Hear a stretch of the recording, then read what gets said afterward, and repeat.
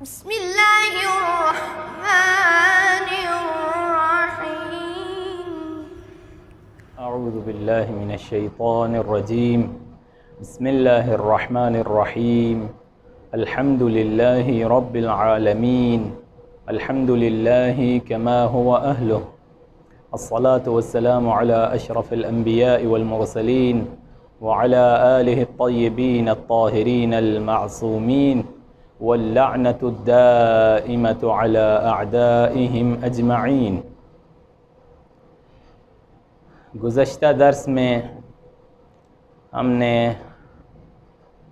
مجموعی طور پر مخرج نمبر 9، 10 اور 11 پڑھا تھا، اور زبان کے اعتبار سے مخرج نمبر 5، 6 اور 7 پڑھا تھا، جو کہ لام، نون اور را کا مخرج تھا، اور تفصیلاً ہم نے اس کو بیان کیا۔ آج انشاءاللہ مخرج نمبر 12 مجموعی طور پر، اور زبان کے مخارج میں سے مخرج نمبر 8 ہم انشاءاللہ پڑھنے جا رہے ہیں۔ پشت زبان کا ابتدائی حصہ، یہ کون سا حصہ ہے؟ اگر ہم اس کو زبان تصور کریں تو یہ ابتدائی حصہ ہے، یہ پشت زبان ہے۔ اس کے ابتدائی حصے کو اوپر والے سامنے کے 2 دانتوں کی جڑوں کو لگانے سے 3 حروف طا، دال اور تا ادا ہوتے ہیں۔ بعض لوگ یہ کہتے ہیں کہ زبان کی نوک، جبکہ زبان کی نوک نہیں لگتی ان حروف کے لیے۔ زبان کی نوک کے اوپر، یعنی زبان کی پشت کا ابتدائی حصہ، یہ جو ابھی آپ کو عرض کیا ہے، یہ جب آپ اوپر والے دانتوں کی جڑوں میں، جہاں سے یہ دانت اگ رہے ہیں، یعنی جہاں سے تالو کی ابتدا ہو رہی ہے، وہاں پر ہم زبان لگائیں گے، زبان کا ابتدائی حصہ، تو یہ 3 حروف ادا ہوں گے۔ مثال کے طور پر اط، اد، ات، یہ 3 حروف ادا ہوں گے۔ سورۃ فاتحہ میں مثلا استعمال ہوتا ہے طا، اہدنا الصراط المستقیم، جی، اور مالکی یوم الدین، مالکی یوم الدین۔ اب اس میں سابقہ دروس میں بھی ہم نے عرض کیا تھا کہ جو حروف قریب المخرج ہیں، قریب جگہ سے ادا ہوتے ہیں، تو اس میں تھوڑا خیال رکھنا چاہیے کہ وہ مکس نہ ہو جائیں، مطلب ایک حرف دوسرے حرف میں تبدیل نہ ہو جائے۔ اب اسی طرح بعض لوگ مثلا پڑھتے ہیں مالک یوم الدین، وہ دال کو تا بنا دیتے ہیں، تو اس بات کا خیال رکھنا ہوگا، مالک یوم الدین، جی، ات، طا اور تا۔ اب ہم اس کا فرق واضح کرتے ہیں۔ طا اور تا میں یہ فرق ہے، ان کا مخرج ایک ہی ہے، ایک ہی جگہ سے ادا ہوتے ہیں، البتہ طا کی ادائیگی میں زبان کا پچھلا حصہ، یہ دیکھیں، زبان کا اگلا حصہ سامنے والے دانتوں کی جڑوں میں لگے گا، اور یہ زبان کا پچھلا حصہ اوپر کو اٹھے گا طا کی ادائیگی میں، اور طا کو پر کر کے اور موٹا کر کے ادا کرتے ہیں، طا، اط، جی، اہدنا الصراط المستقیم، صراط الذین۔ اچھا، ایک بات کا خیال رہے کہ بعض لوگ طا کو موٹا کرتے ہوئے طا کی زبر کو پیش میں تبدیل کر دیتے ہیں، یہ صحیح نہیں ہے، درست نہیں ہے۔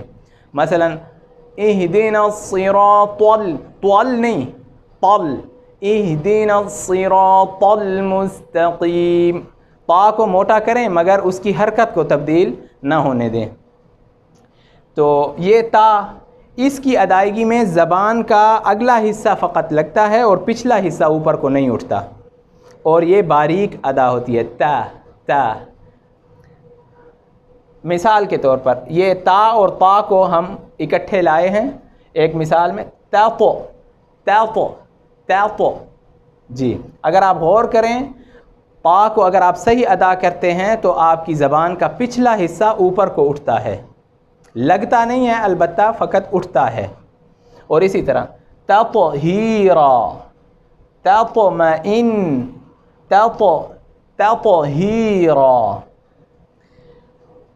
اور ایک اور بات کہ یہ جو حروف ہیں طا دال اور تا,